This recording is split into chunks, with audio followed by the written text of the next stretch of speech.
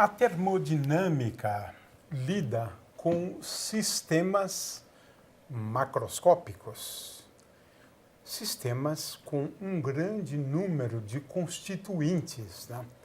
E às vezes nos referimos a eles como sistemas termodinâmicos. Um sistema termodinâmico, ele é tal que o estado do sistema, estado macroscópico, é caracterizado por poucas variáveis, tá?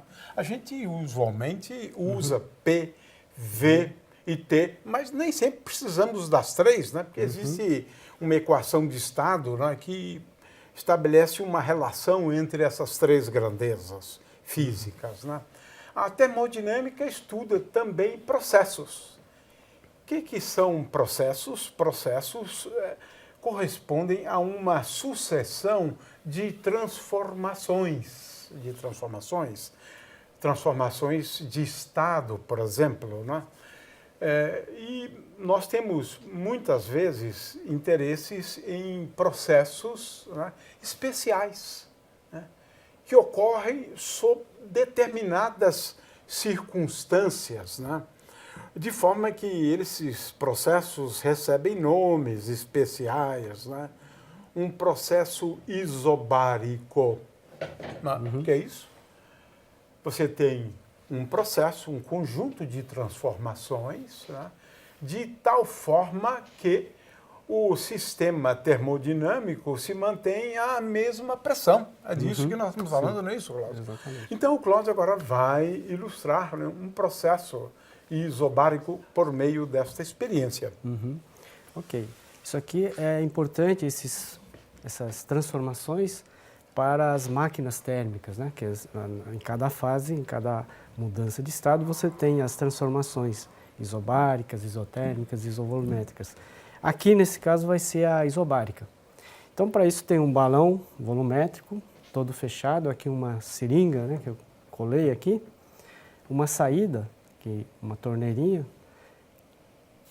Se eu abro, o gás sai por ali, né? Então, o êmbolo, que é uma seringa, com um plástico PVC aqui em cima. Então, eu posso variar o volume do gás, né? Então, se eu fechar o gás agora, o ar que estava aqui vai ficar confinado. Então, se eu colocar... O volume é o mais facilmente quase que controlável. Controlável, né? exatamente. É. Porque você pode variar o volume, né? Okay. Então, nesse caso, eu tenho aqui o êmbolo, né? Então, tem uma certa quantidade de gás ali, né? Quase não há atrito. Então, a gente pode fazer uma transformação na qual a pressão do gás se mantém constante. E a pressão do gás, ele está diretamente ligado à força exercida pelo pistão sobre a área, né, que seria a área aqui da seringa. Então, a área do pistão e a força sobre essa área, eu tenho a pressão, então, do gás, né? Então, nesse caso, a pressão vai ser sempre a mesma, porque o pistão vai ter o mesmo peso, não vou alterar o peso do pistão. Então, a transformação que eu vou fazer é o seguinte: vou manter a pressão constante e vou aquecer o gás, né? Então, para isso, vou usar a mão mesmo. Então, a temperatura dele vai variar, vai variar, claro. Né? E vamos ver o que acontece. Bom, então agora eu vou aquecer as mãos e para isso eu vou realizar trabalho, a força de atrito, o trabalho da força de atrito vai gerar calor.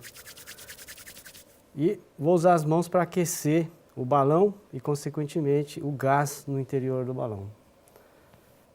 Então, conforme o gás é aquecido, o volume vai aumentando. Então, essa é uma transformação na qual a pressão se manteve constante, porque o peso sobre a área se manteve constante. Então, conforme a temperatura aumentou, o volume também aumentou. A pressão constante. Se fosse um gás ideal, né, aí o volume seria proporcional à temperatura, né? Sim, proporcional à temperatura. Eu posso aquecer também com um secador. Aí o aumento vai ser mais visível. E se eu resfrio o gás, por exemplo, se eu colocar gelo, alguma coisa assim, ele vai diminuir o seu volume. Então, esse é um exemplo de uma transformação isobárica. O único problema aqui é que você não tem muito controle sobre a temperatura, sim, na verdade. Sim. Eu teria que ter Mas, de qualquer maneira, em princípio, né, se você medir o volume, né, ou a variação do volume, você tem uma ideia sobre a variação de temperatura. Né? Okay. Mas é que os dois mecanismos, né, na verdade, introduzem esse complicadorzinho que você não sabe exatamente, né? A temperatura. Teria que colocar um termopar, né? Isso, termopar lá no gás.